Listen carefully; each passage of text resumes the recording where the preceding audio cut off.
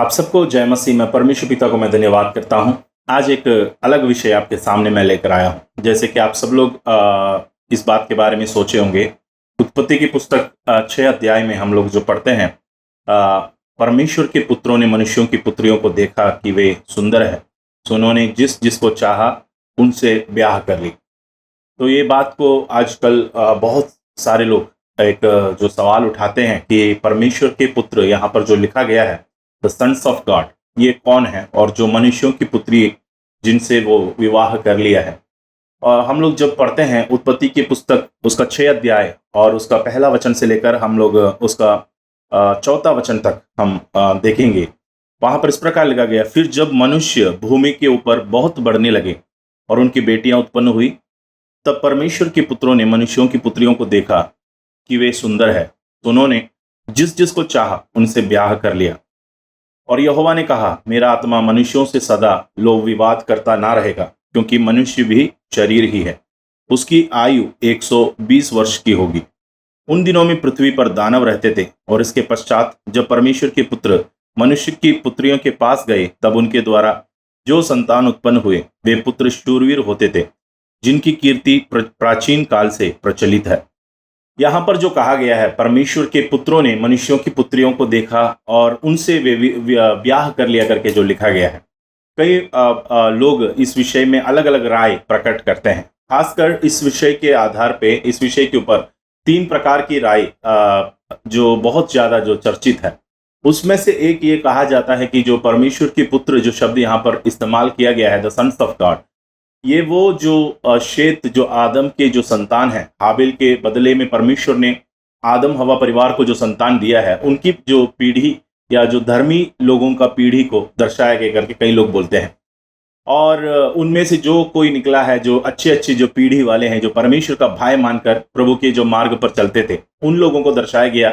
वे जाकर मनुष्य यानी कैन के जो दुष्ट वंश है, उनके संतानों से शादी करने के बारे में अधिकांश लोग सिखाते हैं। और एक और जो चर्चित, बहुत ज्यादा लोग जो सोचने वाला और चर्चा करने वाला एक अनुमान यह है कि ये स्वर्गदूतों के बारे में जो लिखा गया है, परमेश्वर के पुत्र यानी जो स्वर्गदूतों को कहा गया है।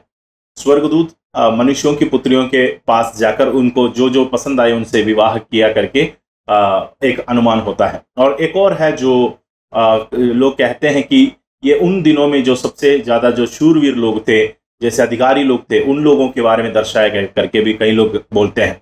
ऐसा 3 प्रकार का जो खासकर इस टॉपिक पर, इस विषय पर चर्चा, डिबेट, डिस्कशन इस टॉपिक के ऊपर होते रहते हैं। आज मैं आपको 100% जो बाइबल के अनुसार कौन सा राय सही है करके मैं नहीं बोल पाऊंगा, क्योंकि बाइबल इसे हमको स्पष्ट तौर पर हमें नहीं समझाया गया है। लेकिन जब हम बाइबल पढ़ते हैं तो हमको कुछ कुछ संकेत जो बाइबल से जरूर मिलती है। जो घटना पहले हो चुका है उसके बारे में कहीं ना कहीं जिक्र बाइबल में किया रहता है। इसलिए जब हम बाइबल को कुल हम पढ़ते हैं तो हमको कुछ कुछ बातों को हमको जो समझ आ जाते हैं, तो हम उसको इस घटने के साथ हम उसको उसको मेल करा सकते हैं। तो जैसे हम बाइबल को जब पढ़ते हैं तो हमको पहले ये बात को सोचना है कि परमेश्वर के पुत्र जो शब्द वहां पर इस्तेमाल किया गया है, ये किसके बारे में इस्तेमाल किया गया। जब हम पुराना नियम जब पढ़ते हैं तो परमेश्वर के पुत्र जो शब्द जो इब्रानी भाषा में उसको बेन एलोहिम जो शब्द इस्तेमाल किया गया है। बेन एलोहिम मतलब जो परमेश्वर का संतानों को दर्शाया गया है। ये शब्द जो पुराना नियम में कई जगहों में इस्तेमाल किया है। खासकर इस शब्द स्वर्गदूतों के संबंध में इस्तेमाल किया गया है। जब हम अय्यूब की पुस्तक सब हम पढ़ते हैं, अय्यूब की पुस्तक पहला अध्याय और उसका 6 वचन में इस शब्द आया गया है। वहां पर 1:6 में आपको इस वचन देखने को मिलेगा। वहां पर भी लिखा गया है, एक दिन यहोवा परमेश्वर के पुत्र उसके सामने उपस्थित हुए और उनके बीच शैतान भी आया।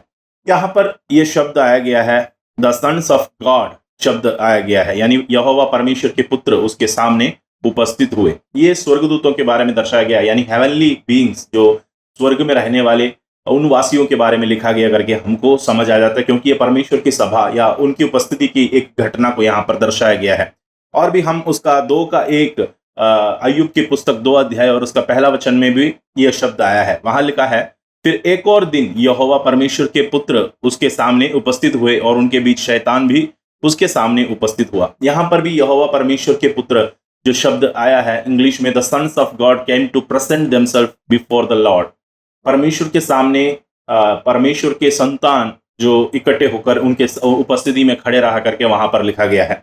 और मैं एक और वचन आपको दिखाता हूं, अय्यूब की पुस्तक उसका 38 अध्याय में जब हम पढ़ते हैं 38 का 7 में भी ये वचन आया है। 7वां वचन में लिखा है, जबकि भोर के तारे एक संग आनंद से गाते थे और परमेश्वर के सब पुत्र जय जयकार करते थे।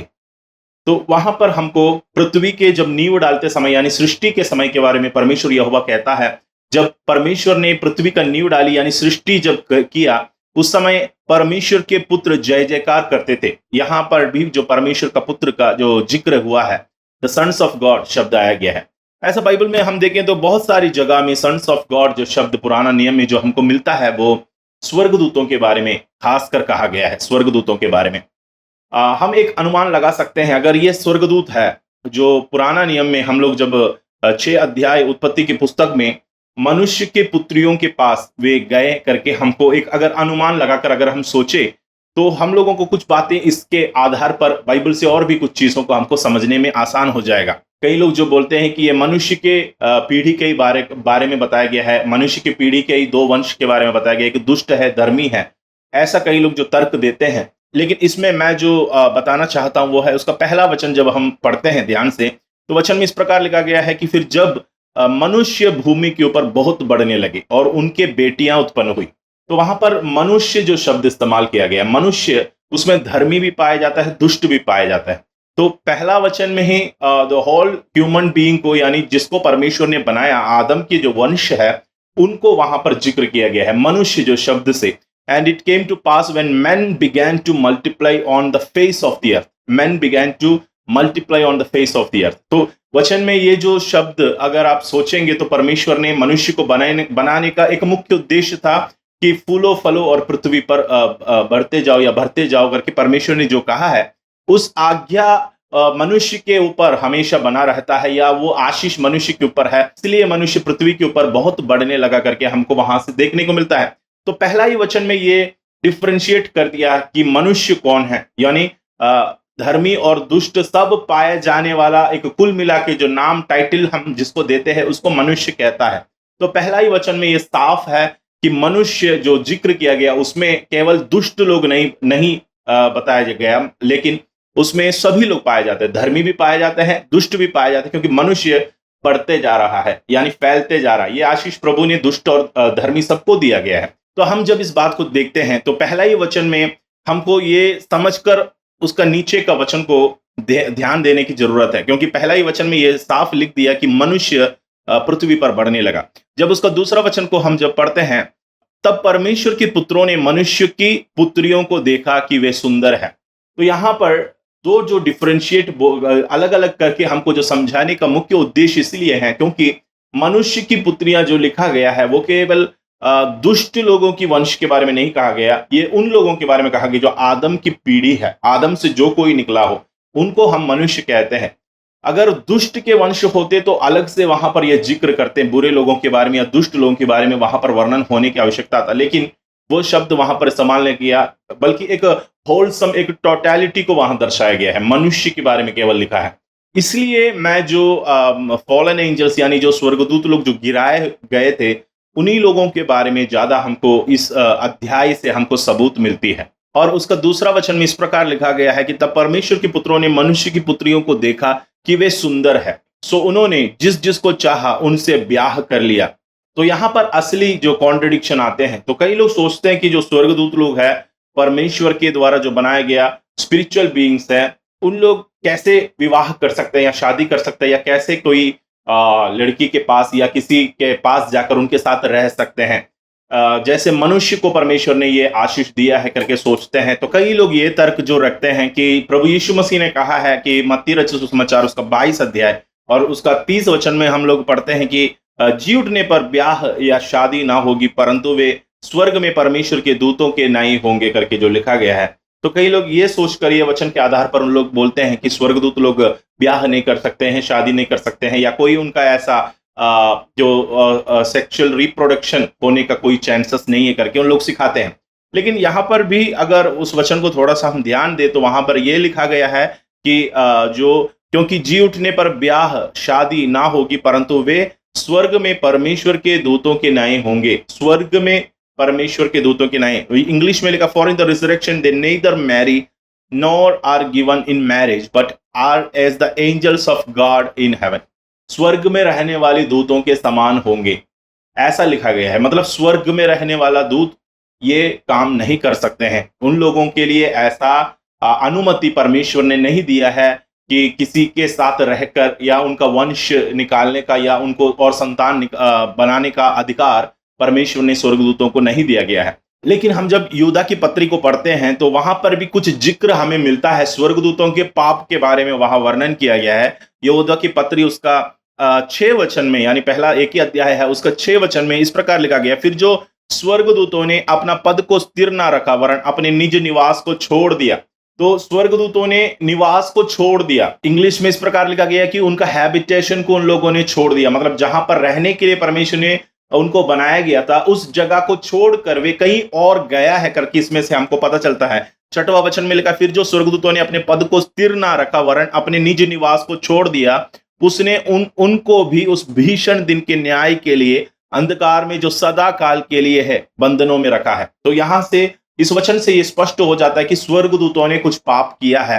स्वर्गदूतों ने क्या पाप किया करके हमको बाइबल में कहीं भी जिक्र नहीं किया गया है। और खासकर हम जब यहूदा की इस अध्याय को पढ़ते हैं तो एक ये अध्याय में यहूदा ने जो अलग अलग प्रकार की जो झूठे झूठे प्रचारक लोग और जो कलीसिया में घुसते हैं और जो विश्वासी लोगों को प्रभु से अलग करने का जो कोशिश करते हैं, और वे ना परमेश्वर प्रभुता पर उसका अधीन रहते हैं, ना उस खुदावंत का भय मानते हैं, लेकिन वे अपने बुरे बुरे आदतों के द्वारा विश्वासियों को उनका जीवन को मलिन कर देता है। उसके बारे में एक चेतावनी दिया गया है। तो चेतावनी के समय में यहूदा कहते हैं कि परमेश्वर पुराने समय से न्याय करते आया है, पहले से ऐसे लोगों पर परमेश्वर का न्याय प्रकट हुआ है, दंड प्रकट हुआ है। ये दिखाने के लिए यहूदा ने ये चीजों को, यहाँ पर कुछ घटनाओं को बताया गया है। उसमें 6 वचन में परमेश्वर के दास यहूदा कहता है कि जो स्वर्गदूतों ने अपने पद को स्थिर ना रखा वरन अपने निज निवास को छोड़ दिया, उसने उनको भी उस भीषण दिन के न्याय के लिए अंधकार में जो सदा काल के लिए है बंधनों में रखा है। और उसका 7वां वचन में लिखा है, इसी रीति से सोदोम और ओमोरा और उनके आसपास के नगर जो इनके नए व्यभिचारी हो गए थे और पराये शरीर के पीछे लग गए थे, आग के अनंत दंड में पड़कर दृष्टांत ठहरे हैं। तो देखो, स्वर्गदूतों की घटना को बताने के बाद स्वर्गदूतों ने क्या किया, अपने निवास स्थान को छोड़ दिया। उन्हें परमेश्वर ने क्या किया है, अंधकार में सदा के लिए बंधन में बांध कर रखा है ना। भीषण दिन का, उस आग का दिन के लिए परमेश्वर ने अपने न्याय प्रकट होने का, दंड प्रकट होने का, क्रोध प्रकट होने का दिन के लिए उन स्वर्गदूतों को बांध कर बंधन में रखा है करके यहूदा कहता है। उसके जस्ट बाद उसके अलग वचन, जो उसका अगला जो वचन है 7वां वचन में यहूदा क्या कहता है, इसी रीति से, जिस रीति से, even as Sodom and Gomorrah and the cities about them in like manner. इस प्रकार लिखा गया है, जिस रीति से सोदोम और ओमोरा और उनके आसपास के नगर। मतलब वहां पर कहा गया कि जिस रीति से स्वर्गदूतों ने पाप किया, उसी रीति से, उस मैनर में सोदोम गोमोरा और उसके आसपास के जो नगर है, ये सारे नगर भी क्या किया है, पाप किया है। उन लोगों ने भी क्या पाप किया था, हमको मालूम है, पराये शरीर के पीछे वे लग गए थे। यानी परमेश्वर ने नेचुरली जो रिलेशन, जो अट्रैक्शन परमेश्वर ने बनाया है, एक मेल के लिए फीमेल को परमेश्वर ने तैयार किया है, लेकिन वे पुरुष के पीछे पुरुष जाते थे। ऐसा जो बुरे काम वे करते थे करके हमको मालूम है, पुराना नियम में हम इस बात के बारे में पढ़े हैं। तो सोदोम और ओमोरा के लोगों ने भी पराये शरीर के पीछे गए, जो परमेश्वर का नेचुरल लॉ नहीं था, परमेश्वर ने जो स्वाभाविक रूप से रखा गया नियम नहीं था। उन लोगों ने अन्य शरीर के पीछे वे लग गया, उसका चाहत में वे उसके पीछे लगा और पाप किया करके हम जानते हैं। तो इस चीज को स्वर्गदूतों की घटना के साथ तुलना किया गया है, लाइक मैनर लिखा गया है। ऐसे ही जैसे स्वर्गदूतों ने पराये शरीर के पीछे गया करके लिखा है, तो स्वर्गदूतों के लिए परमेश्वर ने जो बनाया गया एक नेचुरल लॉ था, वो क्या है, उन लोग शादी नहीं करेंगे, विवाह नहीं करेंगे, ये काम नहीं करेंगे। लेकिन उसको कभी परमेश्वर ने ऐसा कभी नहीं कर सकते हैं या कभी नहीं कर पाएंगे करके उनको ऐसा रोका नहीं गया था। हम अगर देखें तो स्वर्गदूत लोग पुराना नियम में कई जगह में रूप धारण करके मनुष्यों के बीच में आए हैं, पुरुष का रूप धारण करके आया है। जब लूत के घर में गया तो लूत के गांव वाले उनको घेर लिया था, उस पुरुष को पकड़ने के लिए, उनके साथ गंदे काम करने के लिए उनके पीछे घेर लिया था, क्योंकि लोगों को स्वर्गदूत दिखाई देता था मनुष्य के समान, क्योंकि स्वर्गदूत लोग एक रूप लेकर मनुष्यों के बीच में जाते थे। और बाइबल में कई जगह में जिक्र है स्वर्गदूत लोग भोजन करते थे और मनुष्य के समान रहते थे, कई जगहों में ये जिक्र हमको मिलता है। तो उनका एक एबिलिटी है कि वे दूसरा रूप धारण कर सकते हैं, जब पृथ्वी पर आते हैं तो पृथ्वी का देह लेकर वे आ सकते हैं। अब इस घटना के बारे में पतरस ने भी अपनी पत्री में लिखा गया है। दूसरा पतरस 2 अध्याय और उसका 4 वचन से जब हम पढ़ेंगे तो वहां पर भी कुछ जिक्र स्वर्गदूतों के पाप के बारे में वहां पर लिखा गया है। वहां भी क्या कहा है हम देखेंगे। वहां लिखा गया है, क्योंकि जब परमेश्वर ने उन स्वर्गदूतों को जिन्होंने पाप किया नहीं छोड़ा, पर नरक में भेजकर अंधेरे कुंडों में डाल दिया ताकि न्याय के दिन तक बंदी रहे। जैसे यहूदा ने लिखा है, एग्जैक्ट ऐसी शब्दों के साथ यहां पर पतरस ने भी अपनी पत्री में ये बात लिखा गया, जिक्र किया गया है। क्या लिखा कि क्योंकि जब परमेश्वर ने उन स्वर्गदूतों को जिन्होंने पाप किया नहीं छोड़ा, पर नरक में भेजकर अंधेरे कुंडों में डाल दिया ताकि न्याय के दिन तक बंदी रहे। और 5 वचन में क्या लिखा है, और प्रथम युग के संसार को भी ना छोड़ा, वरन भक्तिहीन संसार पर महाजल प्रलय भेजकर धर्म के प्रचारक नूह समेत 8 व्यक्तियों को बचा लिया। तो उसका मतलब क्या है, देखो, जब भी स्वर्गदूतों की घटना को बताते हैं तो उसके आसपास में ये घटना को दर्शाया गया है। कौन सी घटना है? जो नूह के समय की घटना, जल प्रलय के बारे में बताया गया है। और इस बात को खासकर ऐसा ध्यान देना है कि जब स्वर्गदूतों की जब ये घटना, ये पाप जब हुआ है, यहाँ पर पतरस जब एक एक घटना को बताता है, स्वर्गदूतों ने पाप किया, उस पर परमेश्वर का क्रोध प्रकट हुआ है, उनको बांध कर रखा है, और प्रथम युग के संसार को भी परमेश्वर ने नहीं छोड़ा, भक्तिहीन संसार पर महाजल प्रलय भेजकर धर्म के प्रचारक नूह समेत 8 व्यक्तियों को बचा लिया। और तीसरी घटना क्या है? सोदोम और अमोरा के नगरों को विनाश का ऐसा दंड दिया कि उन्हें भस्म करके राख में मिला दिया, ताकि वे आने वाले भक्तिहीन लोगों की शिक्षा के लिए एक दृष्टांत बने। तो जब भी बाइबल में ऐसे व्यक्तियों के बारे में जो लोग परमेश्वर का भय नहीं मानते हैं और झूठे झूठे बातों से लोगों को बरगलाते हैं, बहकाते हैं, ऐसे लोगों के बारे में यहूदा ने अपनी पत्री में जो समझाया, और यहां पर पतरस ने भी ऐसे लोगों के बारे में बताया, तो प्रभु का वो क्रोध प्रकट होने के बारे में यहां पर लिखा गया है। उसके लिए इस्तेमाल किया गया 2-3 जो घटना है, दृष्टांत है, वो क्या क्या है? एक स्वर्गदूतों का पाप है, दूसरा नूह के समय का जल प्रलय, और तीसरा सोदोम और अमोरा में जो घटित परमेश्वर का क्रोध है। ये तीनों घटना में एक चीज जो हमको कॉमन मिलता है, वो है जो शारीरिक रूप से मनुष्य पाप करता है, शारीरिक दशा में व्यभिचार जैसा पाप वहां पर होता है। सोदोम और अमोरा में घटना हुआ, नूह के समय में भी यही घटना हुआ कि वे जिस जिसको पसंद किया उससे विवाह किया करके बोलते, तब परमेश्वर का क्रोध लोगों पर प्रकट होता है। तो हमको ये 2 घटना से एक चीज को अलग कभी नहीं कर सकते हैं, क्योंकि अगर एक चीज को एक लाइन वाइज में समझाता आ रहा है तो हमको हमेशा यह जानना चाहिए कि अगर ये 2 घटना एक जैसे हैं तो तीसरा घटना भी उससे मिलता जुलता ही होगा। तो स्वर्गदूतों का पाप भी एक जैसे सोदोम और अमोरा में उन वहां के निवासी लोगों ने किया, पराये शरीर के पीछे जाने की बराबर है करके, ये दोनों किताबों से भी हमको जिक्र मिलता है। तो इस अनुसार मैं कहता हूं कि वो जो परमेश्वर के संतानों के बारे में, पुत्रों के बारे में वहां पर जो जिक्र किया गया है, ये बाइबल के कई सबूतों को जब हम इकट्ठा करके हम जब सोचते हैं तो वो एक मनुष्य के धर्मी वंश से भी बढ़कर परमेश्वर के दूतों के बारे में जिक्र करने की ज्यादा संभावना है। और इसके अलावा जब बाइबल के बाहर हम लोग कुछ सबूतों को जब ढूंढेंगे तो बहुत सारी सबूतें हमको मिलती है, लेकिन हम उसको ज्यादा विश्वास योग्य नहीं समझते। जैसे कि हनोक की पुस्तक है, हनोक के कहे गए वचनों को लिखा गया किताब है, उसमें भी ये घटना को, या उत्पत्ति की पुस्तक 6 अध्याय को बहुत एलोबरेट किया गया, व्याख्या किया गया है।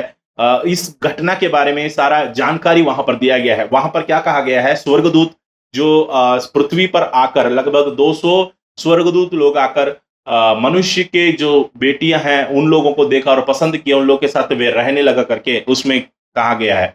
वॉचर्स, उस चैप्टर, एक अध्याय है वॉचर्स, जो चैप्टर का नाम दिया गया है, उस अध्याय जब हम पढ़ेंगे उसमें भी ये जिक्र मिलता है कि स्वर्गदूत लोगों ने अपना जो डोमिनियन को छोड़कर, अपना हैबिटेशन को छोड़कर, जहां रहने के लिए परमेश्वर ने ठहराया था, उस जगह को छोड़कर वे मनुष्यों के बीच में जाकर रहने लगा। और उन लोगों के मिलन के द्वारा, यानी उनके लाइफ के द्वारा, उनके जो एक साथ रहने के द्वारा जो बच्चे पैदा हुआ है, उन लोग उस समय में नेफिलिम्स यानी दानव लोग के समान बच्चे पैदा होते थे करके हम लोगों को पुराना नियम में देखने को मिलता है। क्योंकि जब कभी ऐसा घटना हुआ, परमेश्वर के पुत्रों ने मनुष्य की पुत्रियों के पास गए थे तो उस समय बहुत बड़े बड़े आकार के लोग पैदा होते थे और मनुष्य का जो वंश है उसको पूरा स्वर्गदूत लोगों के द्वारा एक अटैक किया गया है। मतलब उनका जो पीढ़ी है, उनका लीनिएज है, उनका जो परंपरा को एक अटैक किया गया, उनका डीएनए को एक अटैक किया गया है। मैं सोचता हूं कि ये काम इसलिए शैतान के द्वारा किया गया है करके मैं सोचता हूं, क्योंकि उत्पत्ति के पुस्तक में जब हम पढ़ते हैं तो परमेश्वर ने आदम हवा लोगों के समय में परमेश्वर ने एक भविष्यवाणी जो कहा गया था कि स्त्री का संतान जब आएगा तो वो सांप का सर को कुचलेगा करके जो लिखा गया है।